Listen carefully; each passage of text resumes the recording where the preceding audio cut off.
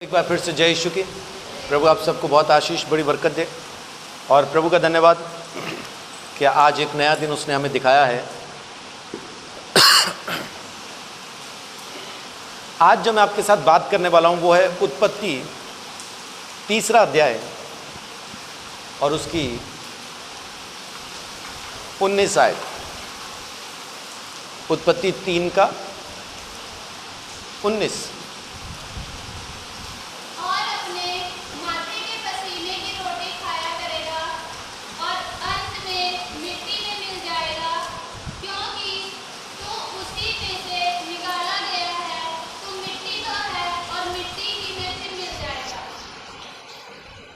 परमेश्वर का वचन कहता है आदम के बारे में, या कहा जाए कि पूरी मानव जाति के बारे में, तू मिट्टी तो है और मिट्टी ही में फिर मिल जाएगा। ये टाइम आने से पहले, इससे पहले कि परमेश्वर इस बात को कहता,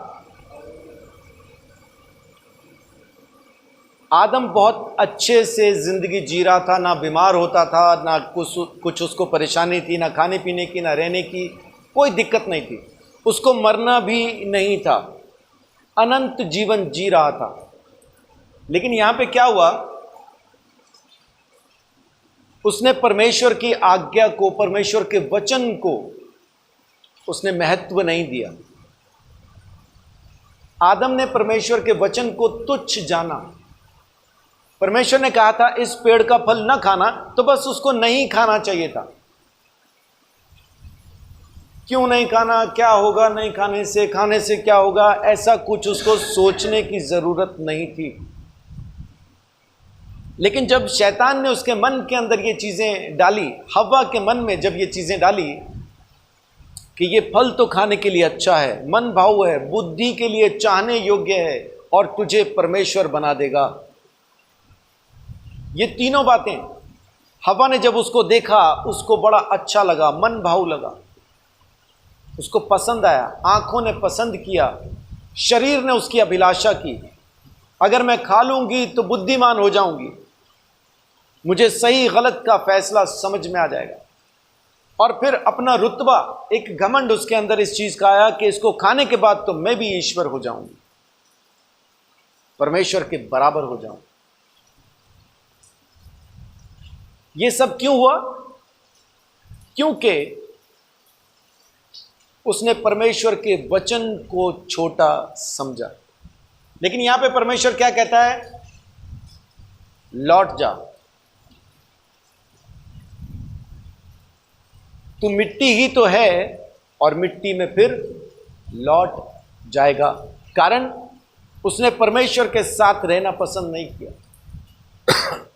आज जो मैं आपके साथ बात करने वाला हूं वो इसी बात पे करने वाला हूं कि लौट जाएगा।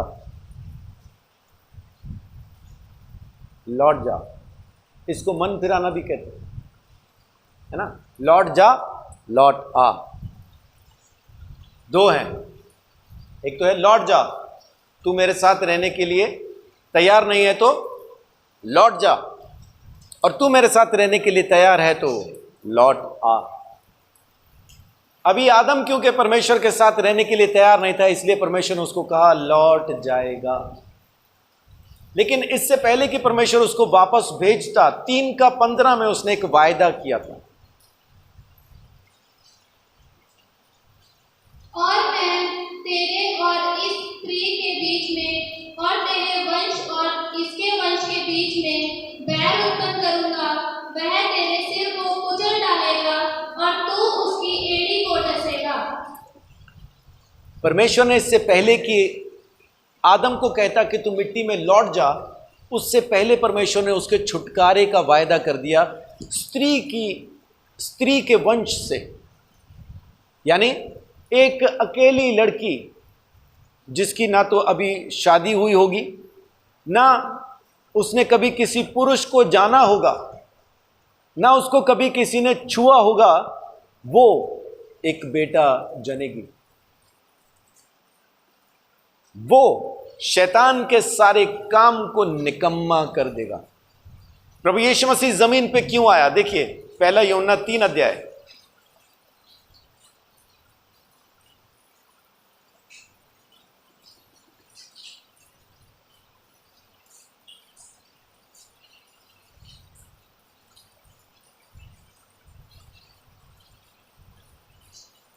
उसकी 8 आयत।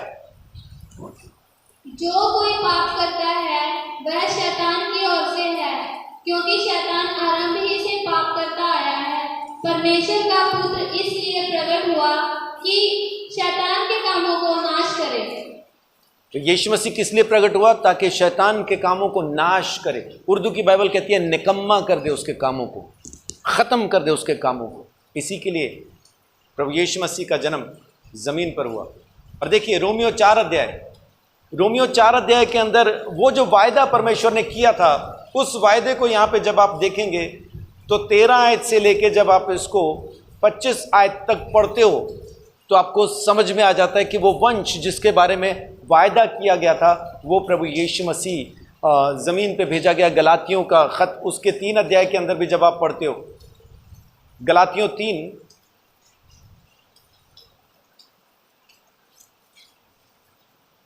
और उसका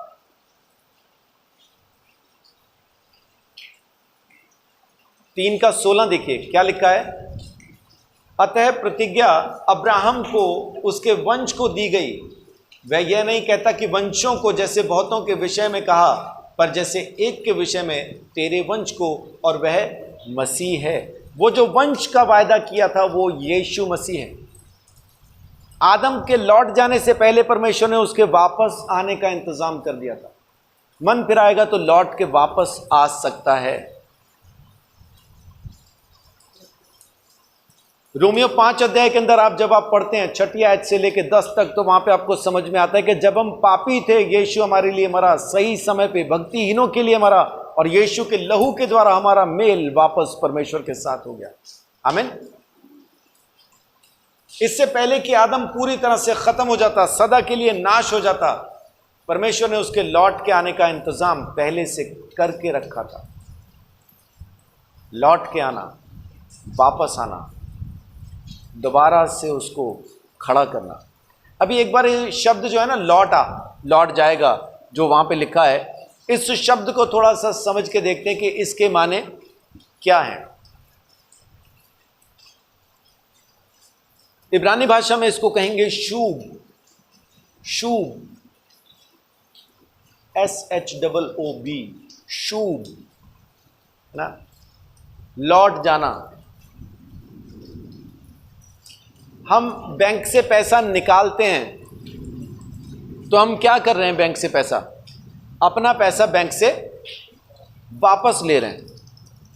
जो पैसा हमने बैंक को दिया था, अब अपना पैसा हम उससे वापस ले रहे हैं।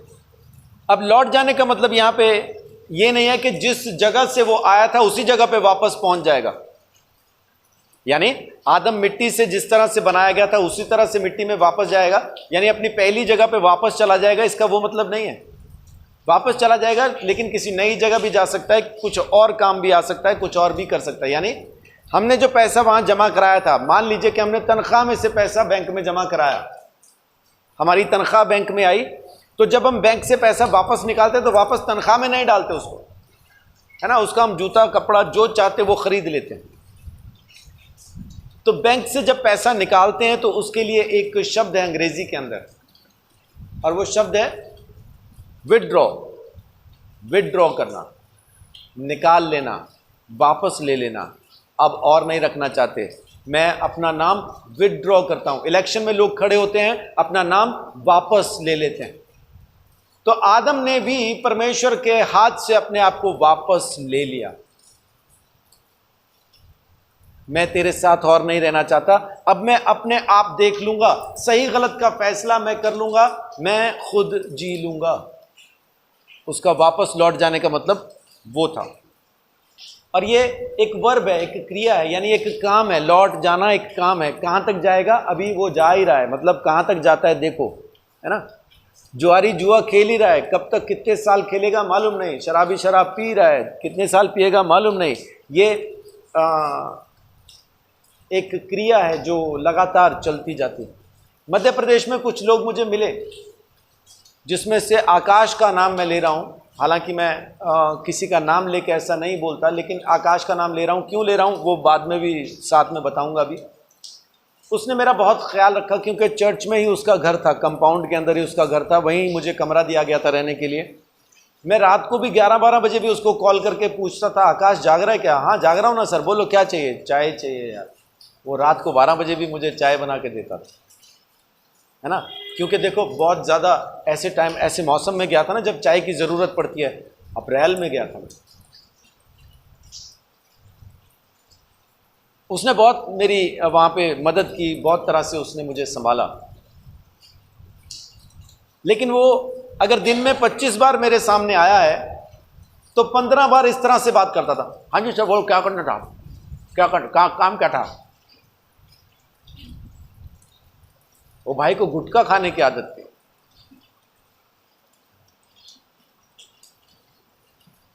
मैंने 2-4 दिन कुछ नहीं कहा, क्योंकि मैं वहां 8 दिन रहा, है ना। पूरा हफ्ता वहां पे था मैं, संडे से संडे तक 8 दिन था मैं वहां। तो 3-4 दिन कुछ नहीं कहा, लेकिन चौथे 5वें दिन जब वो मुझे थोड़ा समझ गया कि मैं कैसा इंसान हूं, तब मैंने उसको कहा, आकाश गुटखा ना खाया कर। उसने बोला ठीक है सर, छोड़ दिया। सब हंसने लगे, आकाश और गुटखा छोड़ दे, ये तो हो ही नहीं सकता। चर्च में खड़े होकर उसने कह दिया मैं आज के बाद नहीं खाऊंगा। मैंने चर्च में खड़ा कर लिया उसको, हाँ भाई गुटखा छोड़, सबके सामने बोल।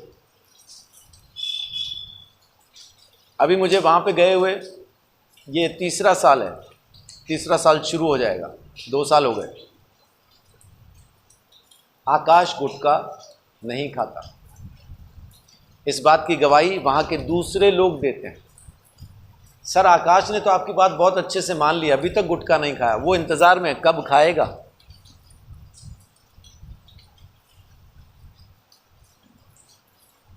आकाश ने अपना नाम गुटखा खाने वालों की लिस्ट में से विड्रॉ कर लिया।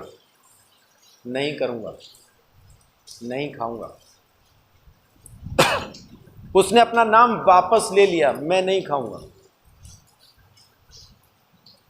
बहुत से लोग प्रभु में चलते रहते हैं, गुटखा भी खाते रहते हैं और चलते भी रहते हैं। गुटखा बोले तो आकाश की गवाही है, इसलिए गुटखा साथ में चल रहा है। शराब भी पीते, सब कुछ ऐसा लगातार करते रहते हैं, छोड़ते नहीं। एक बार विड्रॉ कर लेना चाहिए। मेरे जैसा नशेड़ी जो खास तौर से, हमारी बड़ी समस्या होती है, हम जो ड्रग एडिक्ट रहे ना 20-20, 25-25 साल, हमें बीच बीच में दौरे पड़ते हैं कभी कभी। जब मेरी शादी हुई थी 2010 में, 2007 में, तो उस वक्त बहुत से लोगों ने कहा था, है ना, मेरी होने वाली धर्मपत्नी को, ये तो नशेड़ी है, इसका क्या पता कब दोबारा नशे वापस शुरू कर दे, तब क्या करेगी। तो उसने बोला प्रभु ने दिया है तो प्रभु ही संभालेगा, बोल के उसने सुनी नहीं। किसी की नहीं सुनी। आदम ने अपना नाम विड्रॉ किया था, इलेक्शन में से नहीं, किसी बुरी आदत में से नहीं, परमेश्वर की संगति से। उस वक्त ना कोई बुराई थी, ना कोई ऐब था, ना ही कोई और कोई चीज थी। बस परमेश्वर की संगति में आदम रहा करता था और उसने वहां से अपना नाम वापस ले लिया। परमेश्वर ने कहा तू मिट्टी है, मिट्टी ही में फिर वापस लौट जाएगा। ये एक क्रिया है, कब तक चलती है देखते रहते हैं ना, कब खत्म होगी उसको देखते हैं। इसको जब आप देखना शुरू करें तो एक तरह से ये अलौकिक और मतलब परमेश्वर की तरफ से और इंसान की तरफ से एक रिएक्शन है। लौट आना एक क्रिया है, एक ऐसा काम है जो परमेश्वर भी करता है और इंसान भी करता है। अब इसको इसमें वचन में थोड़ा देखें कि निर्गमन 13 का 17 देखिए। निर्गमन 13 का 17।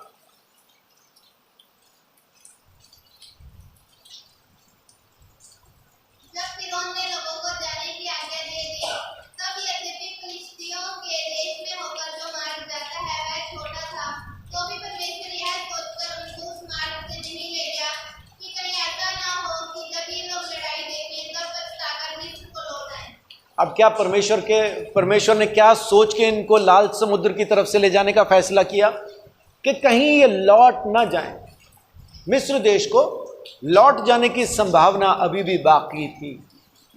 हालांकि उनको वहां से निकाला, लेकिन लौट जाना अभी बाकी था। देखिए योशिया राजा, मन फिराने के बारे में, योशिया राजा दूसरा राजा 23 का 25। राजा योशिया ने मन फिराया। जब उसको व्यवस्था की किताब मिली, और मिली कहां? कबाड़ में, सफाई में एक किताब मिली, उसको लाके दिखाई गई, तो उसको पढ़ा गया, तो उसने मन फिराया। उसके तुल्य ना तो उससे पहले कोई ऐसा राजा हुआ और ना उसके बाद ऐसा कोई राजा उठा जो मूसा की पूरी व्यवस्था के अनुसार अपने पूर्ण मन और पूर्ण प्राण और पूर्ण शक्ति से यहोवा की ओर फिरा हो। यानी ये अपने सारे बुरे कामों से परमेश्वर की तरफ को फिर गया। उसने सब कुछ, जो भी कुछ था वो उसने त्याग दिया, और सब त्याग के परमेश्वर की ओर मुड़ गया। आज हमें भी परमेश्वर वही कहता है, अपना अपना नाम झूठ में से विड्रॉ कर लो, चुगली में से विड्रॉ कर लो, जलन में से अपना नाम वापस ले लो, नफरत में से अपना नाम वापस ले लो, व्यभिचार में से अपना नाम वापस ले लो, झूठी कहानियां गढ़ के अपने मन की इच्छाओं को पूरा करना, शरीर की लालसाओं में जीना छोड़ दो, अपना नाम वापस ले लो। कहां कहां से? ये आपको पता है, मुझे पता है। मुझे मेरा नाम कहां कहां से वापस लेना मैं जानता हूं, कहां कहां से आपको लेना आप जानते हैं। लेकिन आज अपना अपना नाम वहां से वापस ले लीजिए। परमेश्वर के लोग मन फिरा के उसके पास आएंगे, लौट आएंगे। आमीन। लेकिन कौन? परमेश्वर के लोग। जो परमेश्वर से प्रेम करते हैं वो लौटेंगे जरूर, और जिनको अपने शरीर से प्रेम है, जिनको अपने शरीर के कामों से प्रेम है, वो नहीं लौटेंगे। व्यवस्था विवरण 30 का 2, और कोई निकाल लो यशाया 59 बोलो, 59 का 20।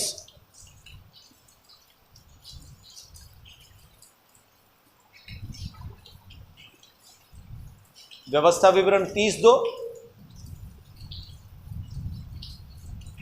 और अपनी संतान सहित अपने सारे मन और सारे प्राण से अपने परमेश्वर यहोवा की ओर फिर कर उसके पास लौट आए, और इन सब आज्ञाओं के अनुसार जो मैं आज तुझे सुनाता हूँ उसकी बातें माने।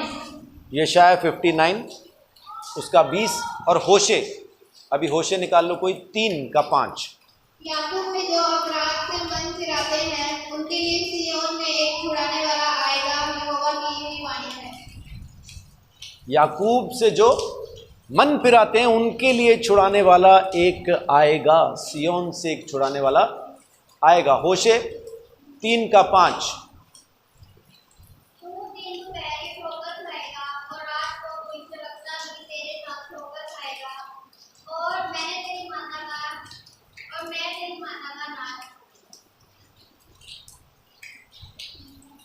होशे 3:5।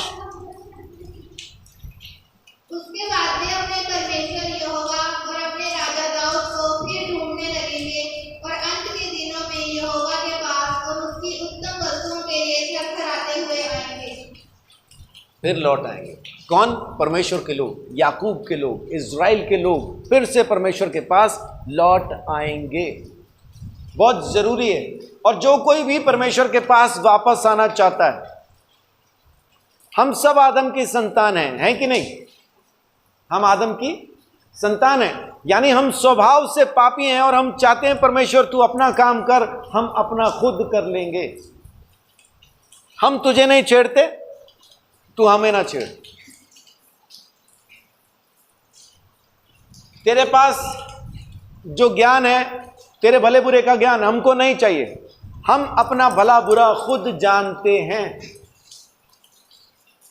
मैंने लोगों को ये कहते सुना है, जब उनको ये समझाओ ना, टेंशन ना लो, परमेश्वर जानता है आपकी परिस्थिति को। क्या जानता है? एक बार मेरी जगह में आके देखे, वो भी आत्महत्या ना कर ले तो फिर कहना।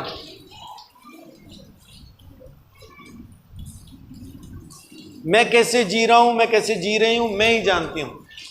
परमेश्वर को कहो 15 मिनट मेरी जगह पे रह के देखे। इसका मतलब परमेश्वर का भला बुरा उनको नहीं पता, परमेश्वर के ज्ञान पे उनको विश्वास नहीं है, खुद का भला बुरा उनको ज्यादा अच्छा लगता। परमेश्वर उनको कोई सलाह दे नहीं मानते। क्यों? क्योंकि उनके पास खुद की बहुत सारी सलाहें हैं। उत्पत्ति के जमाने में परमेश्वर चाहता था कि जमीन अच्छी बने, हर दिन उसने बनाया और हर दिन को देख के कहा अच्छा है। उसके बाद आदम ने भले बुरे का ज्ञान प्राप्त कर लिया, फैसले लेने शुरू कर दिए। अब मैं जमीन को बनाऊंगा, समाज की रचना मैं करूंगा, देशों की रचना मैं करूंगा, नगरों की रचना मैं करूंगा। अब मैं बना के दिखाता हूं। परमेश्वर को कहता है दुनिया मैं बनाऊंगा, समाज मैं बनाऊंगा।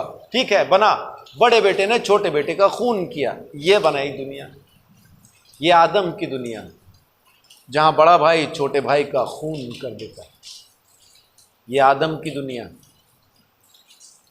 जहां बाप अगर कोई गलती करे तो बेटा जाके जमाने को बताता है तेरा बाप तो तंबू में नंगा नाच रहा था। यह आदम की दुनिया। परमेश्वर ने जब इस जमीन को देखा, उत्पत्ति 6 अध्याय में तो बाइबल कहती है कि परमेश्वर ने देखा सब कुछ खराब है, सब कुछ बुरा है। इंसान के मन के अंदर जो विचार उठ रहे हैं बुरे हैं, क्योंकि फैसला खुद कर रहा है। कोई बच्चा मां बाप की सुनना नहीं चाहता।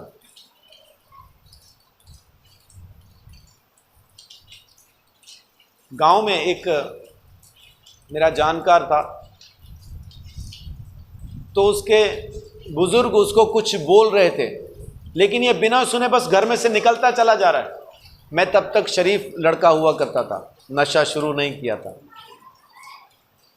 तो मैंने उसको कहा, मैं कहा तेरे बाजी तेरे को आवाज़ें दे रहे हैं, तू बिना सुने निकलता जा रहा है, आवाज़ तो यहाँ तक सुनाई दे रही है, मुझे भी सुनाई दे रही है। तो आगे से वो कहता है वो छाड़े, तब अपने बुजुर्गों के बारे में बोल रहा था। कहता छड़ ये बूढ़ा था, कहता पुराना पीपा एवं खड़की जाता।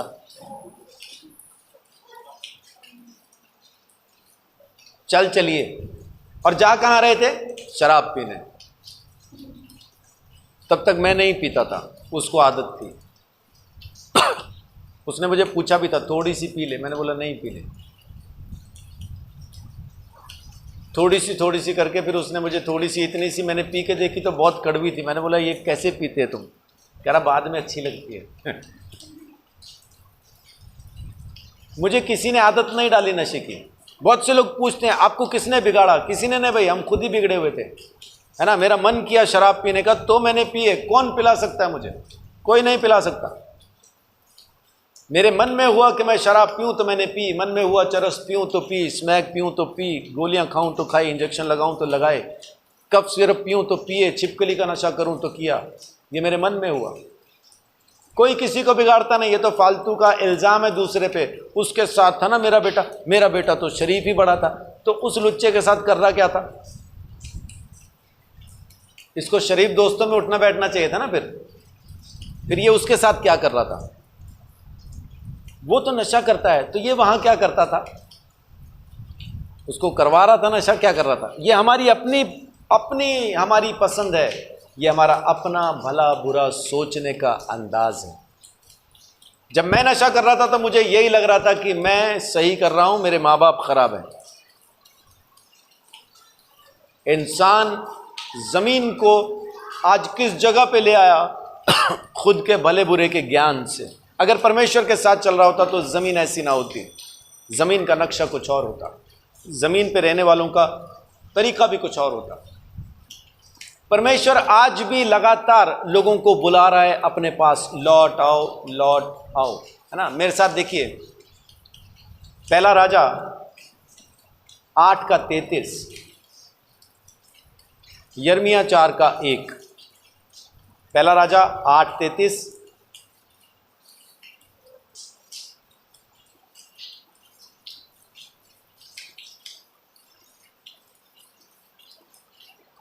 पहला राजा 8:33।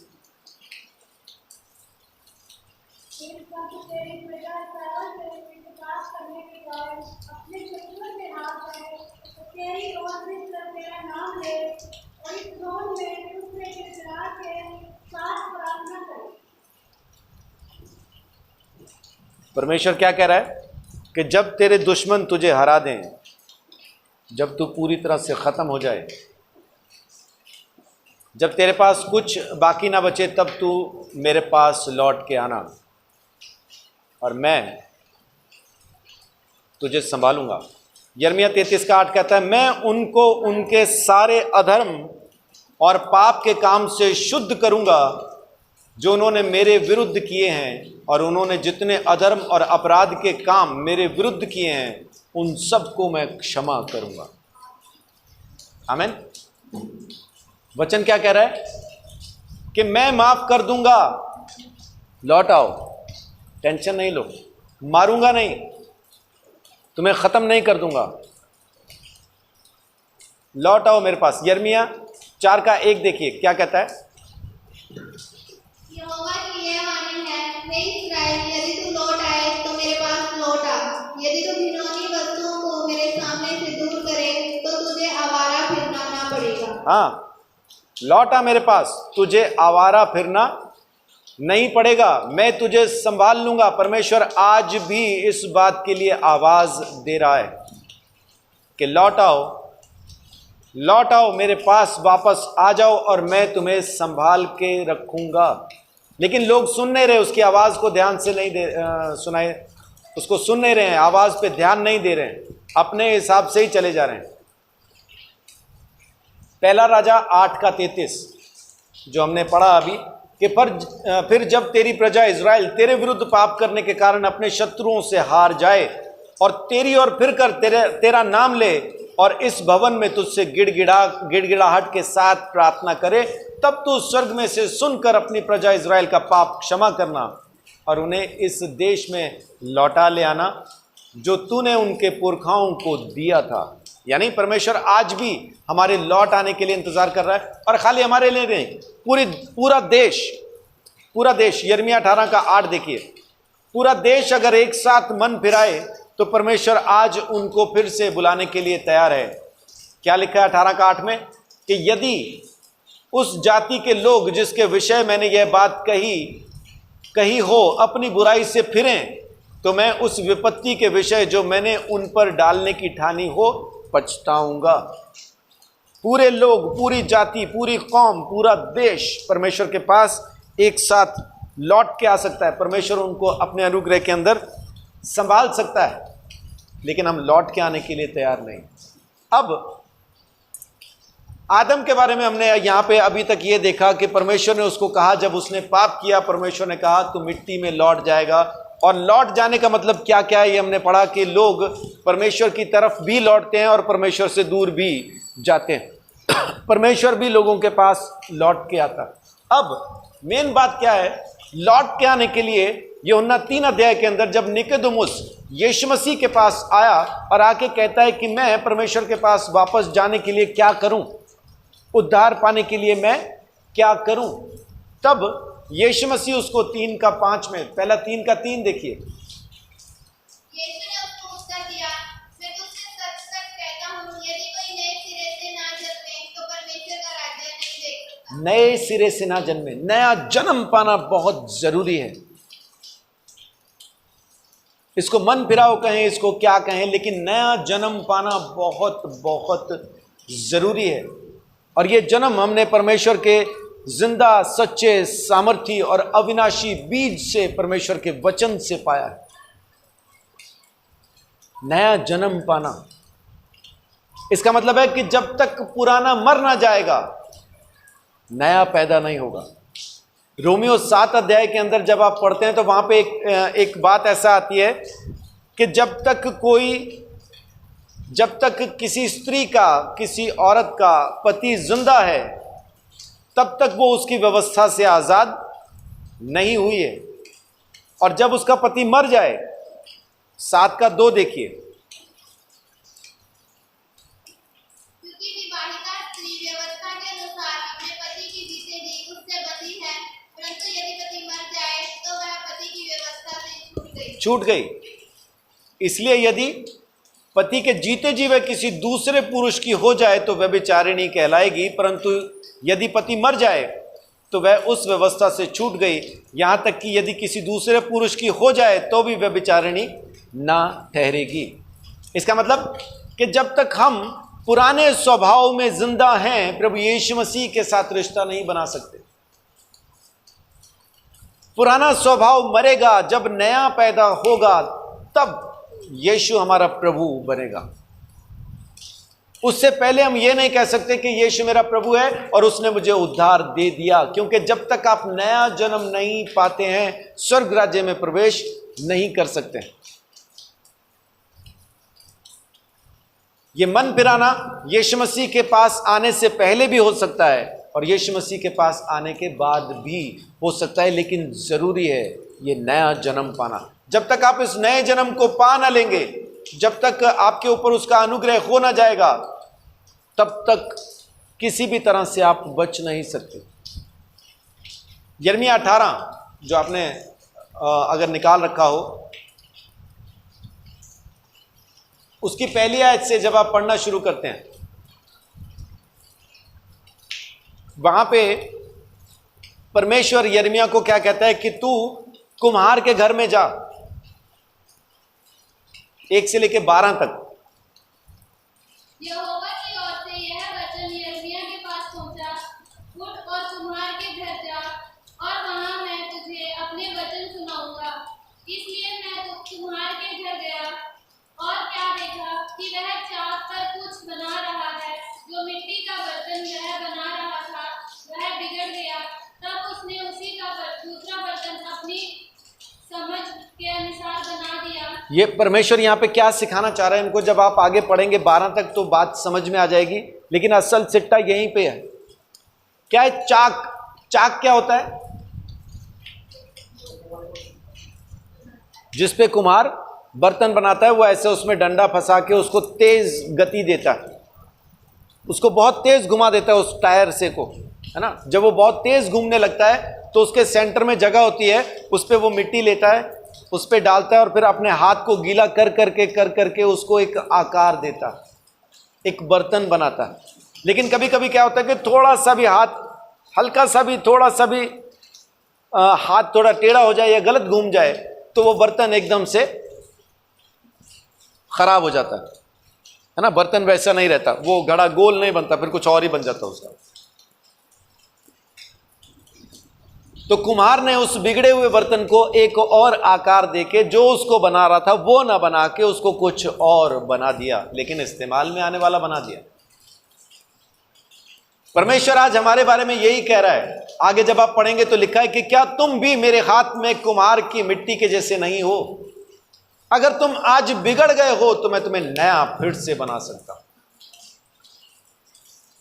तुम आज भी मेरे हाथ में हो, मैं कुम्हार हूं, तुम वो मिट्टी हो जो मेरे हाथ में हो।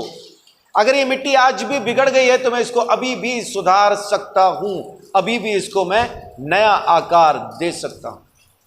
मैं तुम्हारा कुम्हार हूं, मेरे चाक पे आओ तो सही, मेरे हाथ में आओ तो सही, मैं तुम्हें नया आकार दे दूंगा। जमाना कहता है कि ये बिगड़ा हुआ बर्तन है, मैं कहता हूं दिक्कत नहीं, मेरे चाक पे रख, मैं इसको नया आकार दे दूंगा और कोई पहचान नहीं पाएगा कि ये वही बिगड़ा हुआ बर्तन है, क्योंकि मैं इसको नया बना दूंगा। आमीन। वो परमेश्वर है, वो यहोवा है, वो आज भी मन फिराने वालों को नया जीवन दे सकता है। लेकिन जरूरी है कि हम अपने आप को उसके हाथ में सौंप दें। हम जिन कामों में लगे हैं और ये सोच के लगे हैं कि परमेश्वर को कुछ फर्क नहीं पड़ता, उसको तो फर्क नहीं पड़ता, लेकिन आपको पड़ेगा जब उसके सामने वापस जाओगे, क्योंकि ये बिगड़ा हुआ बर्तन कभी यहोवा के हाथ में आया नहीं, इसलिए दोबारा बन नहीं पाया। उड़ाऊ पुत्र, इसको ऐसा समझें। कभी कभी हम सोचते हैं तो क्या मेरा उद्धार खो गया, क्या मेरा रिश्ता खत्म हुआ? इस बात को ऐसा समझें। उड़ाऊ पुत्र जब दूसरे देश में जाके अपना सारा पैसा औरतों में, शराब में, जुए में, अपनी बुरी आदतों में उड़ा देता है, उसके बाद जब अकाल पड़ता है तो वो सूअर की फली खाने के लिए मजबूर हो जाता है। अब इस कहानी को थोड़ा सा ऐसा समझ के देखिए कि वो उड़ाऊ पुत्र मारे शर्म के और ये सोच के कि बाप तो कभी माफ करेगा ही नहीं, मैंने तो ये कर दिया, अब तो वो मुझे कभी छोड़ेगा ही नहीं, लौट के ही ना आता तो क्या होता।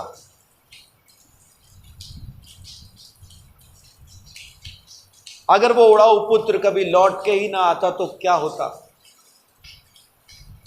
वहीं सुअरों में मर जाता,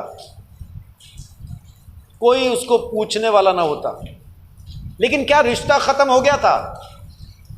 रिश्ता खत्म नहीं हुआ था।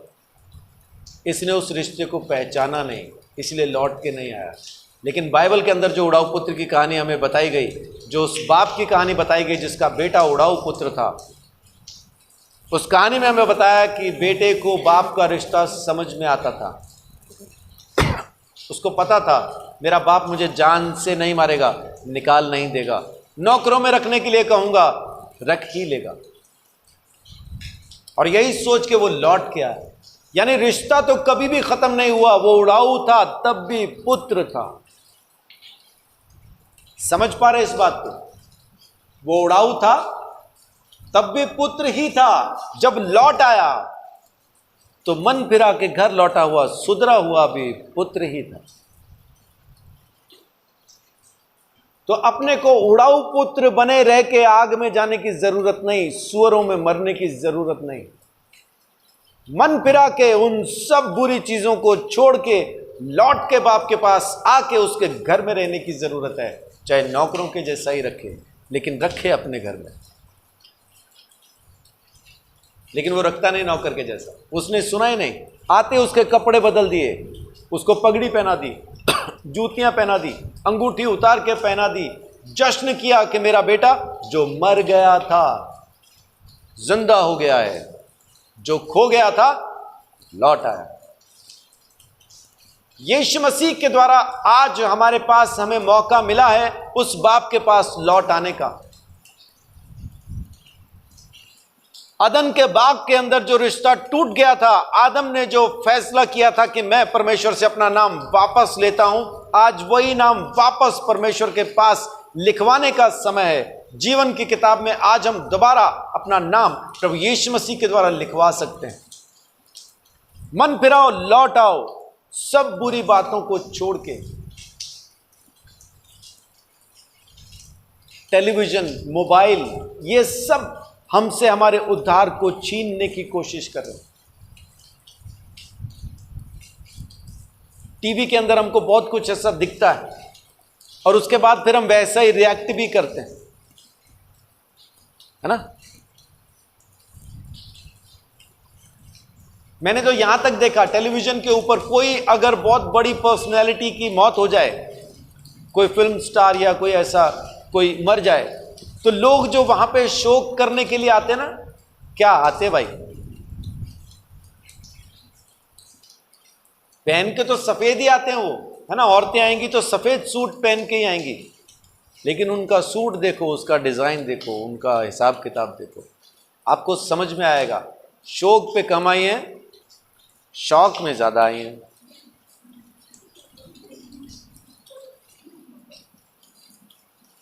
वो अपना सूट का डिजाइन दिखा रहे होती हैं, खड़ी भी कुछ इस अंदाज में होती हैं कि चुन्नी भी दिखे, पल्लू भी दिखे, देखो मेरे किनारी भी देखो, है ना। वो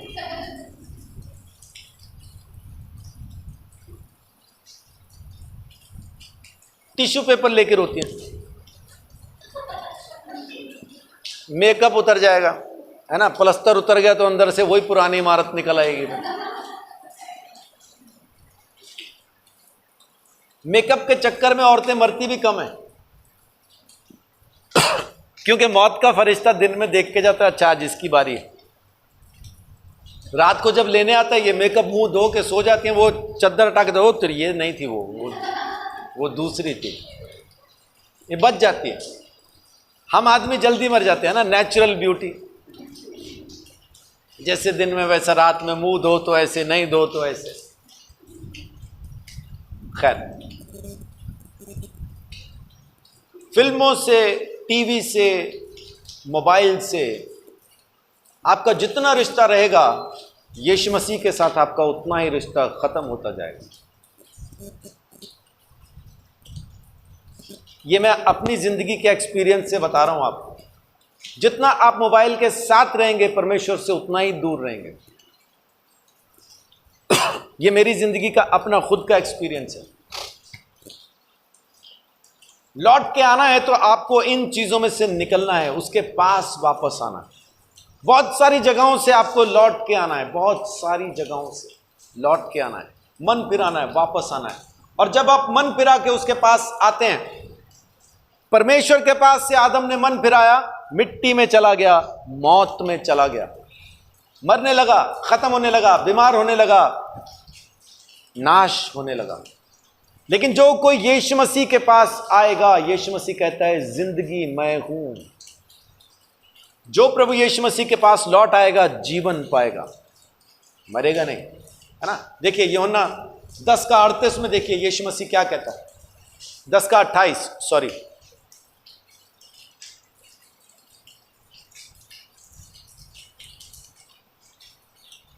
और मैं उन्हें अनंत जीवन देता हूँ। क्या कहता है? मैं उन्हें अनंत जीवन देता हूं, वे कभी नष्ट ना होंगे। कभी नाश ना होंगे। यीशु मसीह ने कहा। या तो यीशु झूठ बोल रहा है या हम नहीं समझ पा रहे कि वो क्या बोल रहा है। जिससे मैं अनंत जीवन देता हूं, कभी नाश नहीं होंगे और कोई उन्हें मेरे हाथ से छीन ना लेगा। आमीन। किसी का बाप उनको मेरे हाथ से छीन नहीं सकता, क्योंकि वो मेरे हाथ में हैं। कैसे हैं उसके हाथ में? अभी पप्पू ने बताया, प्यार वो करता इतना, अपने हाथों में खुद मेरी सूरत है। यहोवा मुझे तेरी जरूरत है। आपको मालूम यीशु मसीह ने मेरी और आपकी तस्वीर अपने हाथ पे कब खोद के बनाई? जब सूली पे उसके हाथ में कील ठोक दी ना, तब मेरी और तस्वीर उसके हाथ में परमानेंट छिद गई। ये किसी का बाप उस छेद को बंद नहीं कर सकता, वो आज भी है। यीशु मसीह के हथेली में छेद आज भी है। बहुत से लोग जिन्होंने यीशु का दर्शन पाया, जब यीशु उन पे हाथ रखने को हाथ बढ़ाता है ना, वो छेद दिखाई देता है उनको। उस छेद में से भी रोशनी आ रही। यीशु मसीह ने अपनी हथेली पे हमें खोद के बना लिया। अब इस छेद को उसके हाथ से कौन छीन सकता? कोई है जो उसके हाथ से छेद चुरा ले? कोई चुरा नहीं सकता, कोई छीन नहीं सकता। मैं सदा उसके हाथ में बना रहूंगा और वो मुझे कभी नहीं भूलेगा, क्योंकि वो मुझे लगातार देखता रहता है। आमीन। लौट के उसके हाथ में आना जरूरी है, उस जगह पे आना जरूरी है। कोई छीन ना पाएगा। यीशु मसीह कहता है कि जिंदगी मैं हूं, मार्ग मैं हूं, सत्य मैं हूं, पुनरुत्थान मैं हूं, अनंत जीवन मैं हूं, मैं ही सब कुछ हूं, मैं सब कुछ देता हूं। लेकिन ये नया जन्म पाना बहुत जरूरी है ना। वो हमें नई सृष्टि बना देता है, मिट्टी को दोबारा आकार देता है, उस मिट्टी को नया बना देता है, एक और आकार देता है। दूसरा कुरिन्थियों 5:17 में लिखा है कि अतः अब जो कोई भी प्रभु यीशु मसीह में है वो नई सृष्टि है। नई सृष्टि क्यों है? देखो पुरानी बातें बीत गई और सब कुछ नया हो गया। आमीन। इस पेड़ को एक नया आकार दिया गया है। अब ये पेड़ नहीं रहा, कटी हुई लकड़ी नहीं रही, आज ये ढोलक है। आज हम इसको अच्छे से प्रभु की महिमा के लिए बजा सकते हैं। ये पेड़ नहीं रहा, आज हारमोनियम है। वो पेड़ नहीं रहा, टेबल है। पुराना जब तक खत्म न होगा नया बन ना पाएगा। अगर पेड़ को ढोलक बनना है तो पेड़ को खत्म होना ही पड़ेगा। आज तक कभी किसी ने कहा या किसी ने सुना वो पेड़ लाना उठा के? ऐसा कहा किसी ने? सब ढोलक ही कहते हैं ना, ढोलक लाना उठा के। तो पेड़ क्यों नहीं कह रहे? क्योंकि अब इसका आकार बदल गया। अब ये पेड़ के आकार का नहीं है, अब ये ढोलक के आकार है। इसको एक नया नाम, एक नई पहचान, एक नया काम मिला। आप में से कितने ऐसा कहते हैं ये बकरा पकड़ाना, है ना?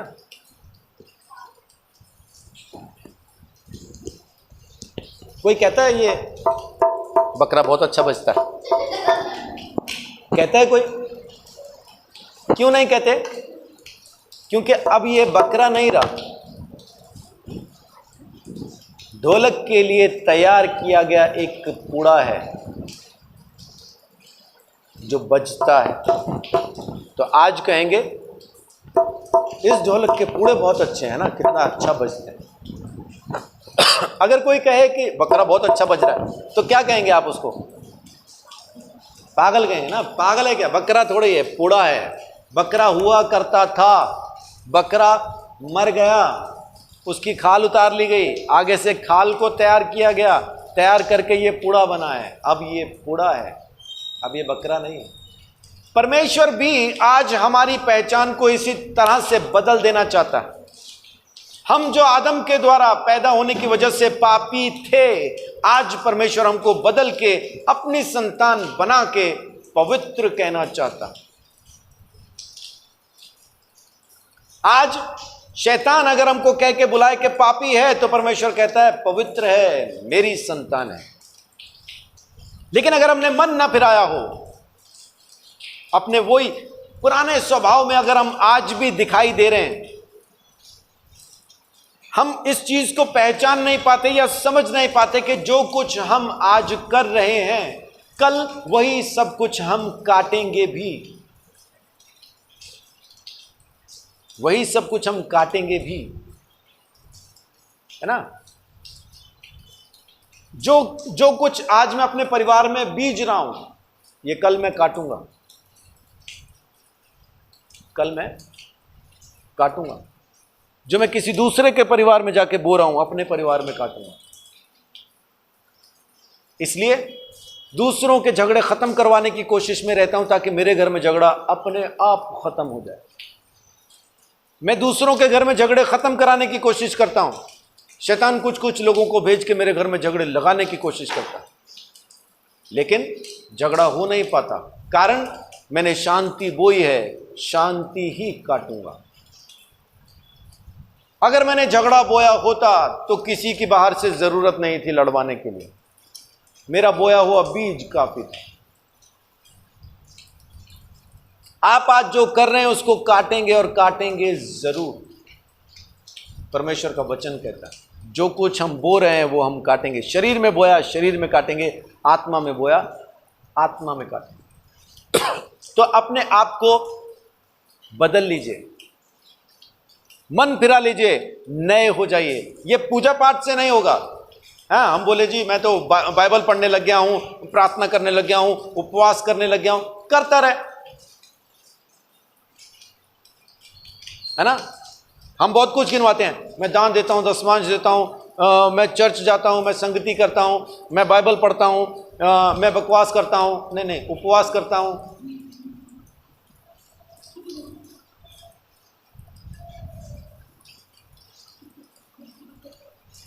ये वैसा ही है, ये सब बकवास है। अगर आप नहीं बदले तो इन कामों से कुछ नहीं बदलेगा। इन कामों से परमेश्वर प्रसन्न नहीं होता। वो प्रसन्न होता है जब हम उसके वचन को आदर दे के उसकी बात को मानते हैं, तब वो प्रसन्न होता है। अगर हमने उसकी बात को आदर न दिया, अगर हमने उसके वचन को सम्मान न दिया, तो कुछ फर्क नहीं पड़ता। आप चाहे कितने उपवास रखो, चाहे कितना ही बाइबल पढ़ो, चाहे कितना ही चर्च में आओ, चर्च की सेवकाई में रहो, कुछ भी करो, कुछ फर्क नहीं पड़ता। जरूरी है मन फिराना। तो आज जो मैं आपको कहना चाहता हूं, जो परमेश्वर हमारी कलीसिया को सिखाना चाहता है, वो ये है कि एक बार आदम भी मिट्टी में लौटा था, और आज परमेश्वर मिट्टी को आज्ञा देता है कि लौट के मेरे पास आ जा और मैं तुझे नया बना दूंगा। आमीन। आज हम मिट्टी के वो बर्तन हैं जिसको परमेश्वर इस्तेमाल करता है, अपने अनुग्रह के अंदर संभाल के रखता है। देखिए 2 कुरिन्थियों 4:7 पढ़िए। दूसरा कुरिन्थियों 4:7। परंतु हमारे पास वह धन मिट्टी के बर्तनों में रखा है कि यह असीम सामर्थ्य हमारी ओर से नहीं वरन परमेश्वर की ही ओर से ठहरे। आमीन। तो वो सामर्थ कहां रखी है? मिट्टी के बर्तनों में। और वो बर्तन कौन है? मैं और आप। और हम बर्तन कौन सा थे? बिगड़ा हुआ बर्तन थे। लेकिन कुम्हार के चाक पे आज भी हैं तो कुम्हार नया आकार दे सकता। पुराना खत्म हो जाएगा तो नया बनेगा, अगर पुराना है तो नया बन नहीं सकता। अगर पेड़ आज भी पेड़ है तो उसको हम ढोलक नहीं कह सकते, और अगर वो ढोलक बन गया तो फिर हम उसको दोबारा पेड़ नहीं बना सकते। लेकिन होता क्या है अपने साथ क्या दिक्कत है कि ढोलक बनने के बाद भी हम पेड़ के जैसा बर्ताव करते हैं। हम कहते हैं मैं ढोलक हूं, लेकिन काम कहते कि ये तो पेड़ है, बजता तो है नहीं, वैसे का वैसे ही है, ना इसमें आकार बना ना इसके अंदर कोई खोल बना, ये तो पेड़ जैसा ही दिखता है। ये कहता क्यों है कि मैं ढोलक हूं? क्योंकि मुझे वहम हो गया कि मैं ढोलक हूं। ढोलक होने का वहम नहीं करना, ढोलक बनना है। परमेश्वर की संतान होने का वहम नहीं करना, परमेश्वर की संतान बनना है। जब तक आप परमेश्वर की संतान बन नहीं जाते तब तक आपका उद्धार अभी शुरू नहीं हुआ। मन नहीं फिराया, पुराने को मारा नहीं, नया आपके अंदर पैदा नहीं हुआ। आपको कब पता चलेगा कि आपके अंदर मन फिराव के गुण आ गए हैं, आप नए बन गए हैं? कब पता चलेगा? तब जब आपको पाप से नफरत हो जाएगी, जब आपको पाप से घृणा आने लगेगी, अपने आप से उस पाप की वजह से आप नफरत करना शुरू करेंगे और उस पाप से दौड़ना शुरू करेंगे। जैसे कुछ लोग हैं जो मांस नहीं खाते, उनके सामने जब मांस काट के कच्चा रखा जाए तो उनकी हालत क्या होती है? बलविंदर बहन का मुंह देखने वाला भी है ना, कैसा मुंह बना उन्हें? हाँ जी, दिल कच्चा होने लगता है। ओहो, यहां ना निकाल देना कच्चा।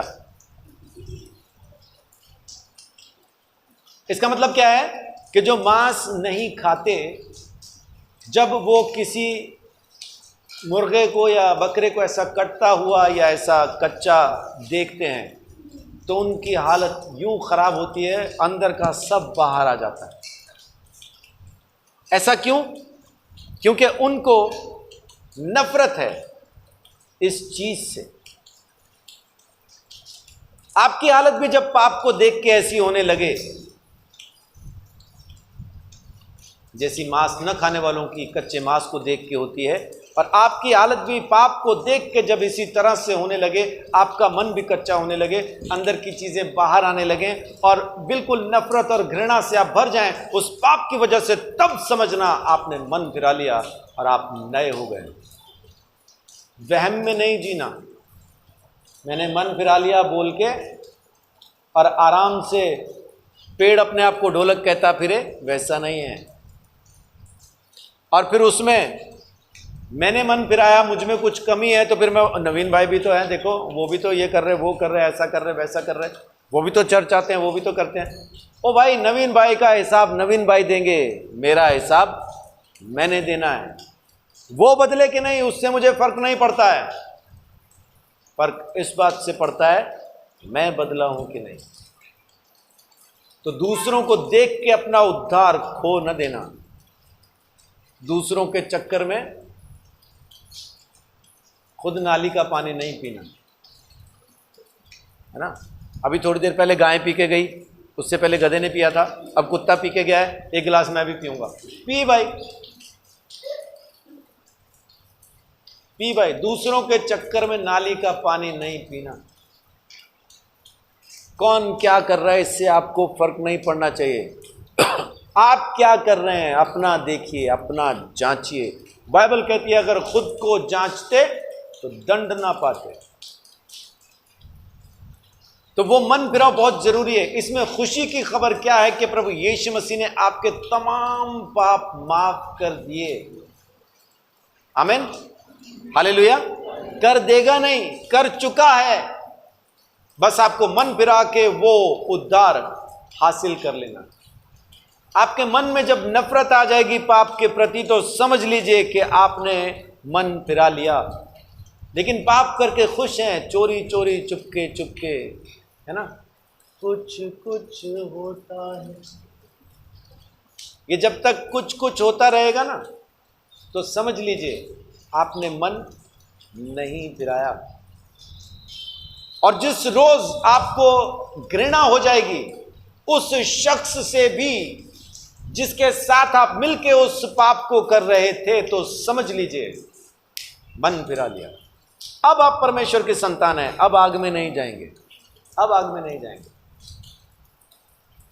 प्रभु यीशु मसीह ने निकोदेमुस को कहा, तू तो गुरु होके इस बात को नहीं समझता क्या?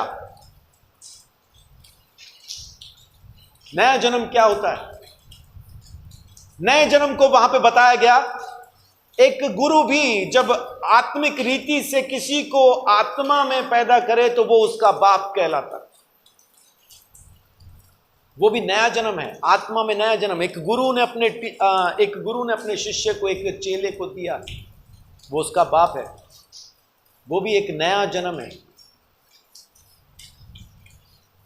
जब तक आपका नया जन्म नहीं होगा, जब तक आप परमेश्वर से पैदा नहीं होंगे, जब तक आपके अंदर उसका वचन पूरी तरह से बैठ ना जाएगा, जब तक आप उसके वचन के मुताबिक उठना बैठना चलना फिरना शुरू ना कर देंगे, जब तक आपको पाप के लोगों से नफरत ना हो जाएगी, तो ये ना समझ लेना कि आपका नया जन्म हो चुका।